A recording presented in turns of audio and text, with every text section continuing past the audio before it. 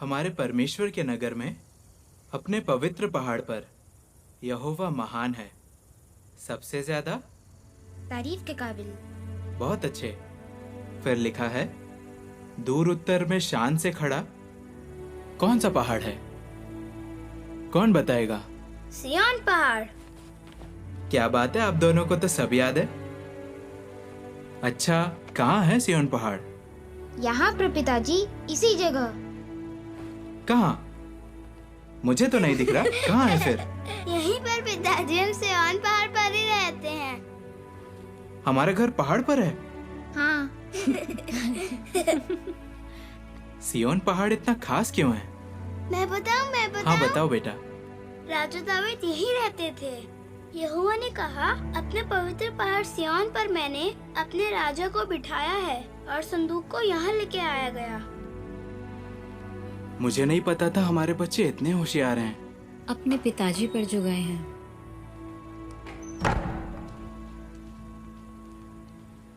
चलो बच्चों।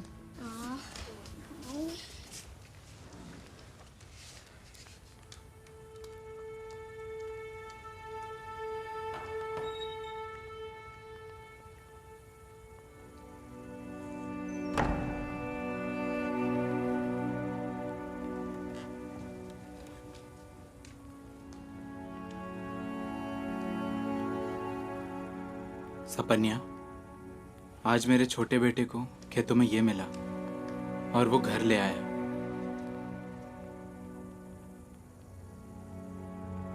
वो इस पवित्र शहर को गंदी मूर्तियों से भर रहे हैं।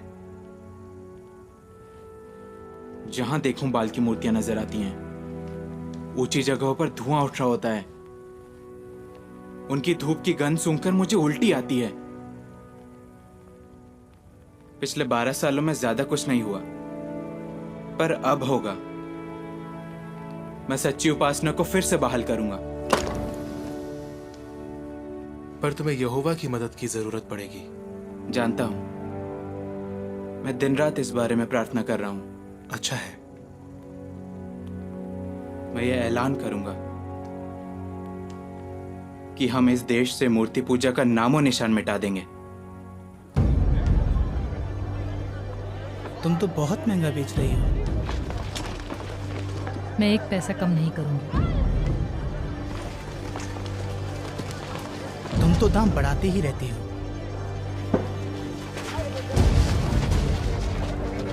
यहां से शुरू करो।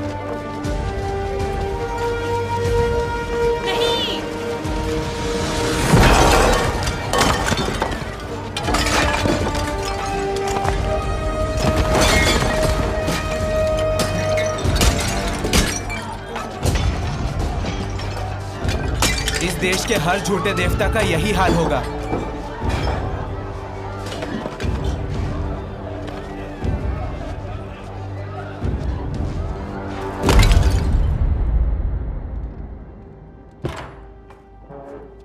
पिताजी, उठो पिताजी, ये सोने का वक्त नहीं है। उठो। योशिया यहोवा को छोड़ बाकी सभी देवताओं को मिटाने के लिए निकल पड़ा है। क्या योशिया अपने ही राज को बर्बाद करने पर तुला है? लोग उसकी इस हरकत को बिल्कुल बर्दाश्त नहीं करेंगे। उसे क्या लगता है कि लोग अपने रीति रिवाज, अपनी पूरी जिंदगी यूं ही बदल देंगे?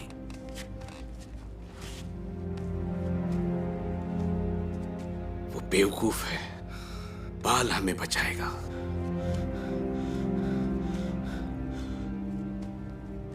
बाल वो हमें बचाएगा?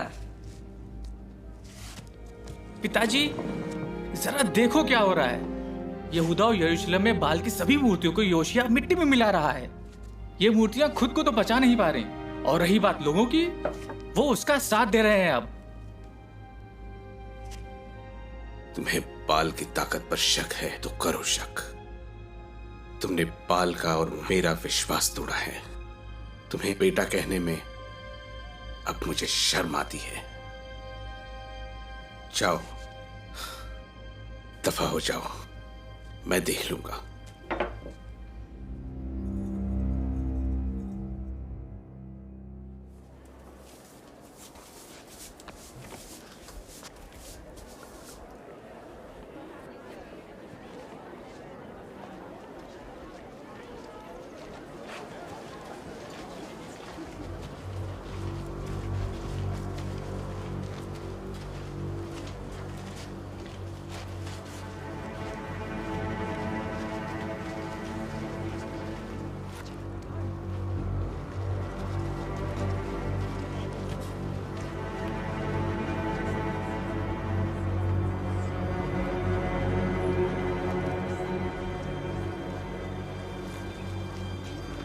रानी हमूतल, मुझे कुछ कहना है आपसे। बस एक बार मेरी बात सुन लीजिए। बैन मत्तान, तुम्हें क्या कहना है? रानी साहिबा, राजा से कहिए कि वो ये सब रोक दे। ये पागलपन है। वो खुद को, अपने परिवार को और पूरे देश को तबाह करने पर तुले हैं।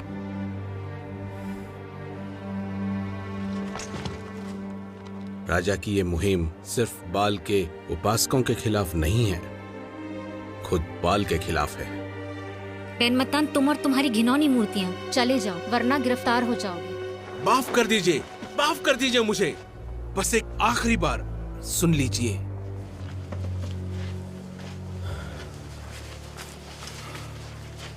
रानी हमूतल, मैं ये सब कुछ आपकी भलाई के लिए कह रहा हूं। मैं नहीं चाहता कि राजा के साथ कुछ ऐसा हो जो उनके पिता के साथ हुआ था। रानी हमूतल, बच्चों की भी सोचिए।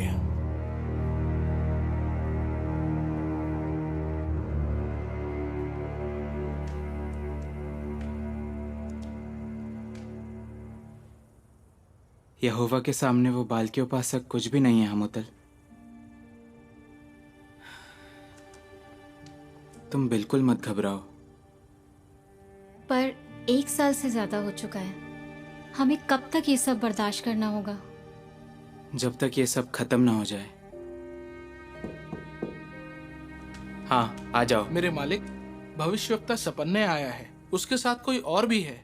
ठीक है, उन्हें कहो मैं आ रहा हूं।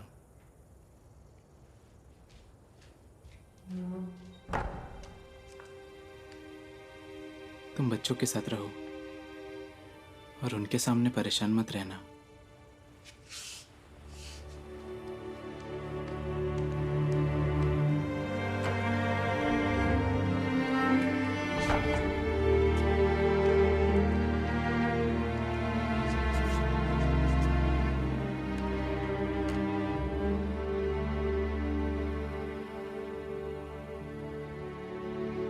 यहोवा, क्या मैं बेवकूफी कर रहा हूं? मेरे दादाजी भी इस देश में से ऊंची जगहों को नहीं हटा पाए, तो फिर मैं कैसे करूं?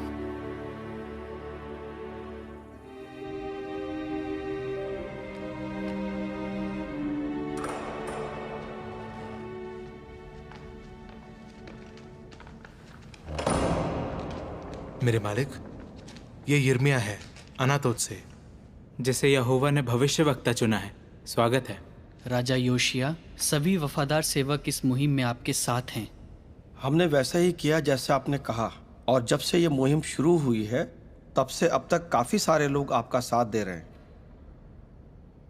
हाँ, ये सच है, पर लोग अभी भी बाल की उपासना कर रहे हैं और बैन मत्तान जैसे लोग हमारे इस काम के खिलाफ हैं। और मुझे डर है कि इस काम को रोकने के लिए कहीं लोग हिंसा पर न उतर आएं। हाँ, वो भी है। मेरे मालिक, क्या आपको लगता है कि आप इस काम को पूरा नहीं कर पाएंगे?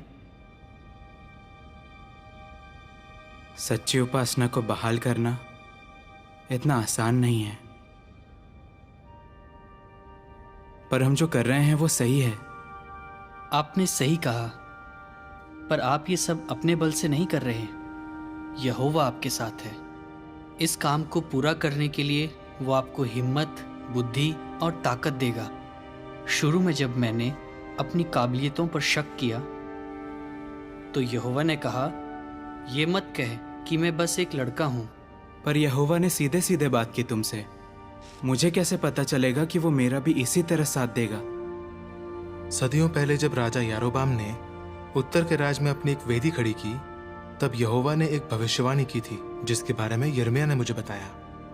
यारोबाम बलिदान चढ़ाने के लिए वेदी के पास खड़ा था।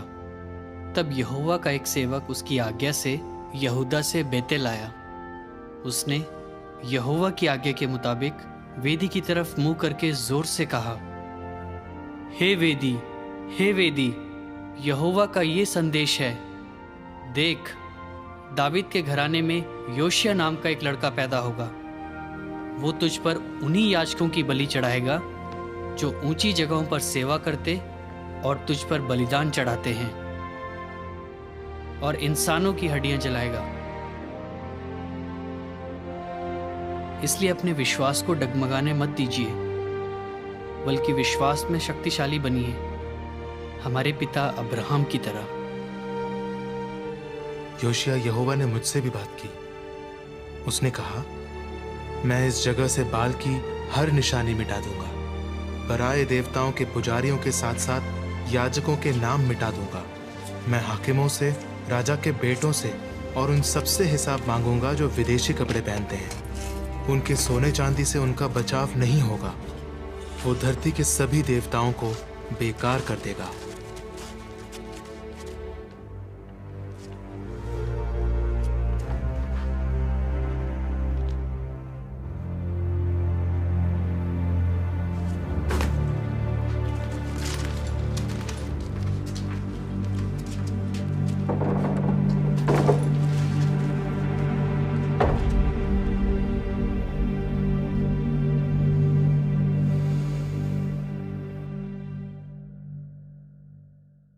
शापान, हम मूर्ति पूजा को काफी हद तक हटा पाए हैं, लेकिन मंदिर की हालत बहुत खराब है। दशकों से उसकी मरम्मत नहीं हुई है। मैं आपकी बात से सहमत हूं।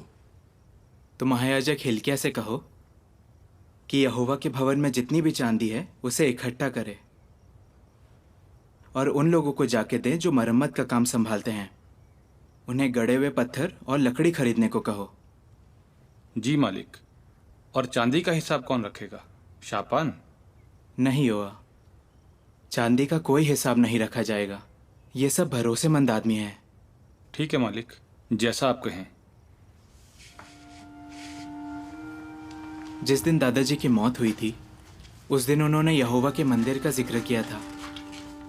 मैंने इतने सालों तक इसे संभाल कर रखा ताकि एक दिन मैं उसके भवन की महिमा कर पाऊं।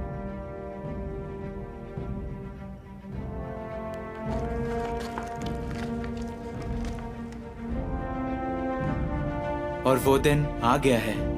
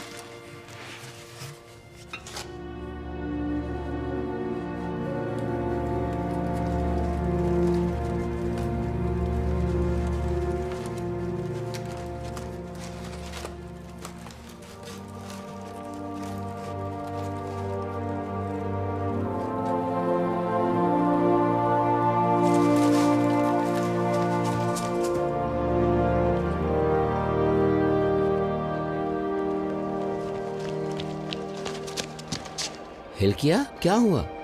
शापान, मुझे यहोवा के भवन में कानून की किताब मिल गई है। कानून की किताब?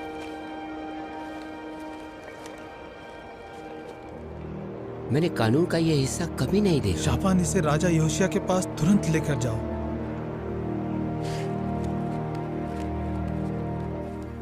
सामान की बात है, ज्यादा सामान तो आ चुका है, बस कुछ चीजें हैं जो अभी तक आई नहीं।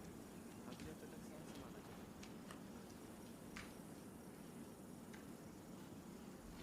मेरे मालिक। शापान, मंदिर का काम कैसे चल रहा है? आपके सेवक अपनी जिम्मेदारियां अच्छे से निभा रहे हैं। उन्होंने भवन का सारा पैसा निकालकर उन आदमी को दे दिया है जिन्हें यहोवा के भवन में काम करने की निगरानी सौंपी गई है। बहुत बढ़िया। क्या बात है?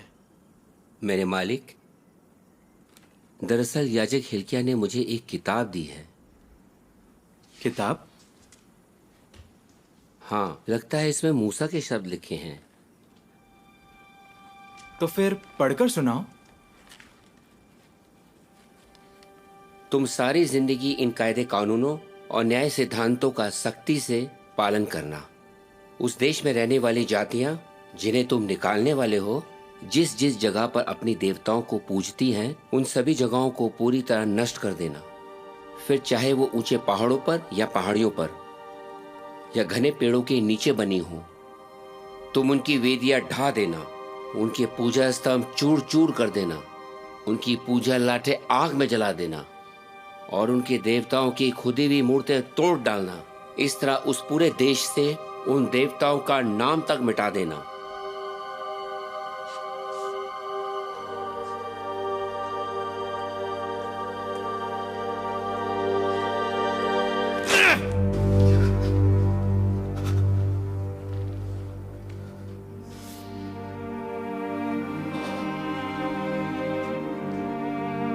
जाओ, सब लोग हिल्किय्याह के साथ जाओ। इस किताब में लिखी बातों के बारे में यहोवा से पता करो। हमारे पुरखों ने इस किताब में लिखी यहोवा की आज्ञाओं का पालन नहीं किया और उसे नहीं माना, इसलिए यहोवा का क्रोध बहुत भड़का हुआ है।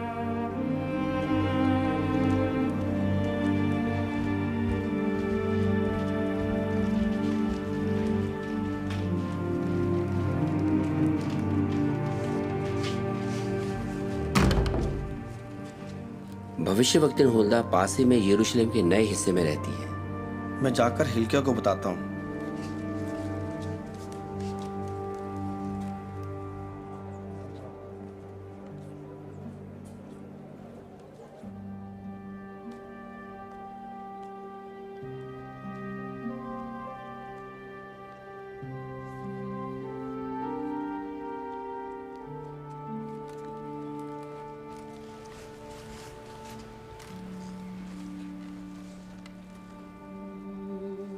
इज़राइल के परमेश्वर यहोवा ने कहा है, जिस आदमी ने तुम्हें मेरे पास भेजा है उससे कहना, मैं इस जगह पर और यहाँ रहने वालों पर विपत्ति लाऊंगा।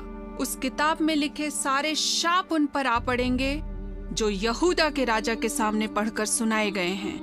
उन्होंने मुझे छोड़ दिया है और वो दूसरे देवताओं के सामने बलिदान चढ़ाते हैं और अपने हाथ की बनाई चीजों से मुझे गुस्सा दिलाते हैं। मेरे क्रोध का प्याला इस जगह पर उंडेला जाएगा और इसकी आग किसी भी हाल में नहीं बुझेगी। मगर यहूदा के राजा से इस्राएल का परमेश्वर यहोवा कहता है, जब तूने सुना कि मैं इस जगह और यहाँ रहने वालों के साथ क्या करने वाला हूँ, तो इस बात ने तेरे दिल पर गहरा असर किया और तूने खुद को मेरे सामने नम्र किया और तू अपने कपड़े फाड़कर मेरे सामने रोया। इसलिए मैंने तेरी विनती सुनी है। तेरे जीते जी मैं इस जगह पर कहर नहीं ढाऊंगा। तू शांति से मौत की नींद सोएगा और तुझे अपनी कब्र में दफना दिया जाएगा। हमारे परमेश्वर की महिमा हो। उसने हम पर दया की।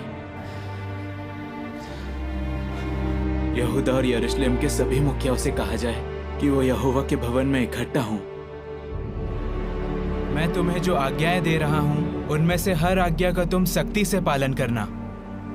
अगर तुम ऐसा करोगे तो तुम्हारा और तुम्हारे बच्चों का हमेशा भला होगा, क्योंकि तुम वही कर रहे होगे जो यहोवा की नजर में सही और भला है। जब तुम्हारा परमेश्वर यहोवा उन जातियों का नाश कर देगा जिन्हें तुम वहां से निकाल दोगे, तो तुम उनके देवताओं के बारे में जानने के लिए ये मत कहना, ये जातियां अपने देवताओं की पूजा कैसे करती थीं, क्योंकि वो अपने देवताओं के लिए हर वो घिनौना काम करते हैं जिससे यहोवा नफरत करता है, यहाँ तक कि वो अपने बेटे बेटियों को अपने देवताओं के लिए आग में होम कर देते हैं।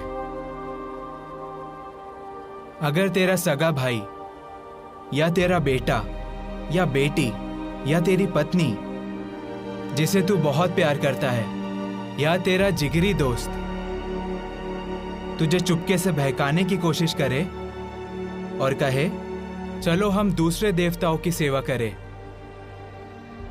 तो उसकी बातों में मत आना, ना ही उसकी सुनना, उस पर दया न करना, ना ही उस पर तरस खाना या उसे बचाना। इसके बजाय तू उसे हर हाल में मार डालना। तुम आबीब महीने को हमेशा याद रखना और उस महीने अपने परमेश्वर यहोवा के लिए फसह मनाया करना, क्योंकि आबीब के महीने में तुम्हारा परमेश्वर यहोवा तुम्हें रात के वक्त मिस्र से बाहर ले आया था। तुम अपने परमेश्वर यहोवा के लिए फसह का बलिदान चढ़ाना और उसे उस जगह चढ़ाना जो यहोवा अपने नाम की महिमा के लिए चुनेगा। आओ हम सब मिलकर सच्चे परमेश्वर यहोवा के सामने ये करार करें कि हम इस किताब में लिखी बातों को मानेंगे। हे सच्चे परमेश्वर यहोवा,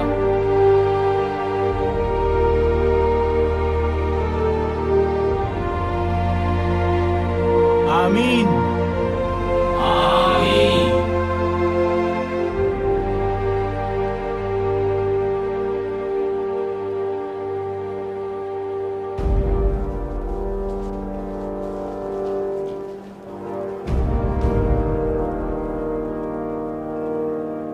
इन्हें किद्रोन घाटी में ले जाकर जला दो, तोपेत को नष्ट कर दो, ताकि आज के बाद कोई अपने बेटे या बेटी को आग में होम न कर सके।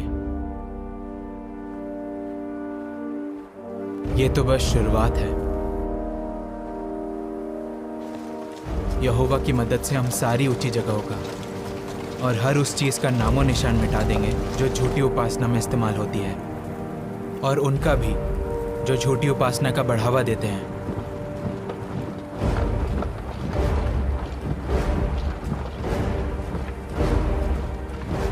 यहूदा को शुद्ध करने के बाद हम उत्तर में सामरिया के शहरों की तरफ बढ़ेंगे।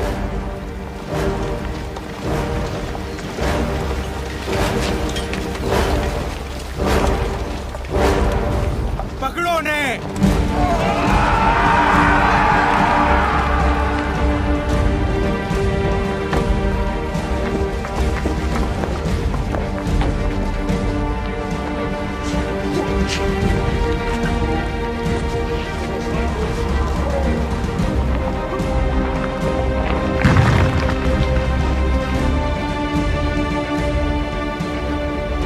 जाओ।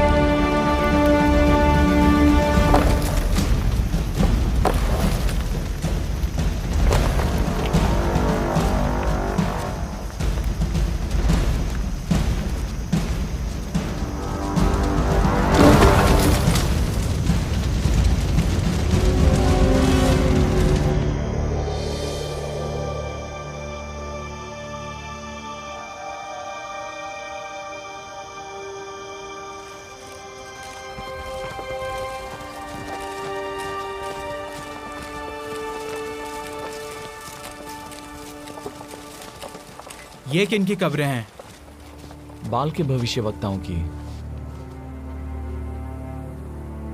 उनकी हड्डियों को लेकर यारोबाम की वेदी पर जला दो और फिर उस वेदी को तोड़ दो।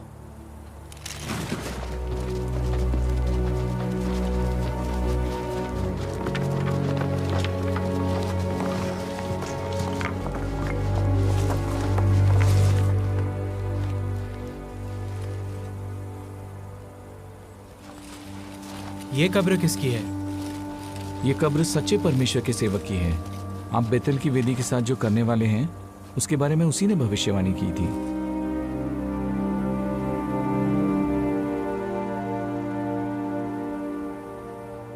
उसकी कब्र छोड़ दो, उसकी हड्डियों को कोई हाथ न लगाए।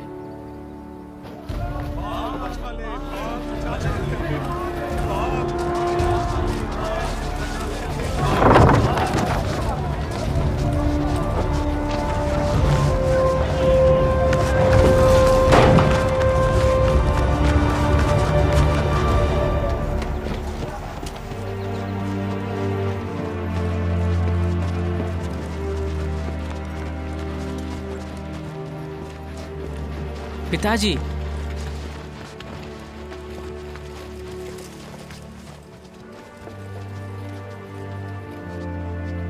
मेरे राजा और मालिक अफसोस अपने दादाजी की तरह नहीं बन पाए। मेरे बेटे को मेरे ही खिलाफ कर दिया। ऐसा कुछ नहीं है, मैं वही कर रहा हूं जो सही है। बाल बिल्कुल बेबस है, आपको नजर क्यों नहीं आ रहा? बेबस है?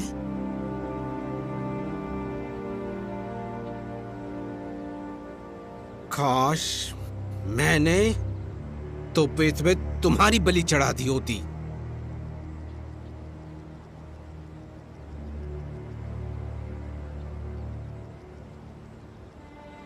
कोई भी आज के बाद ऐसा नहीं कर पाएगा। योशिया ने सब ठीक कर दिया।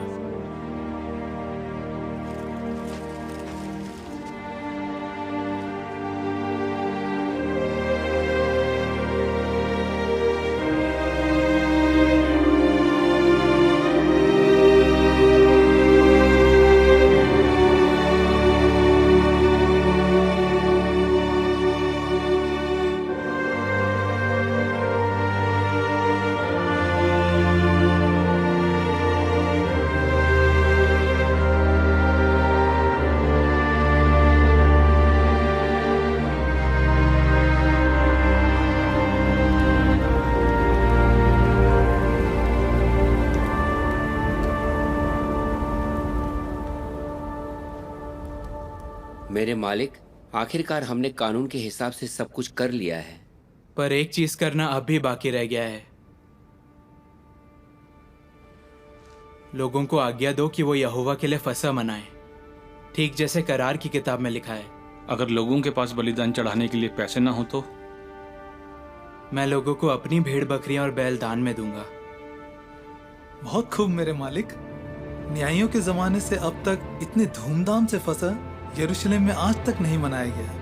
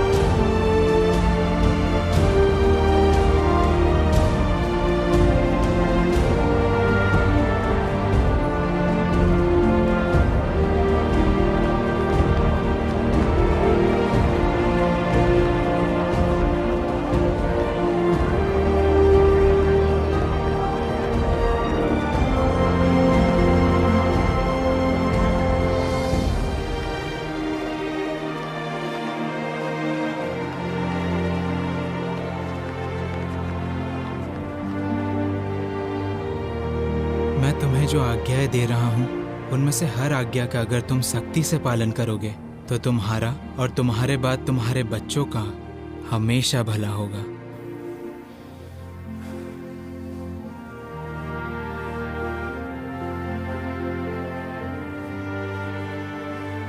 क्योंकि तुम वही कर रहे होगे जो तुम्हारे परमेश्वर यहोवा की नजर में सही और भला है।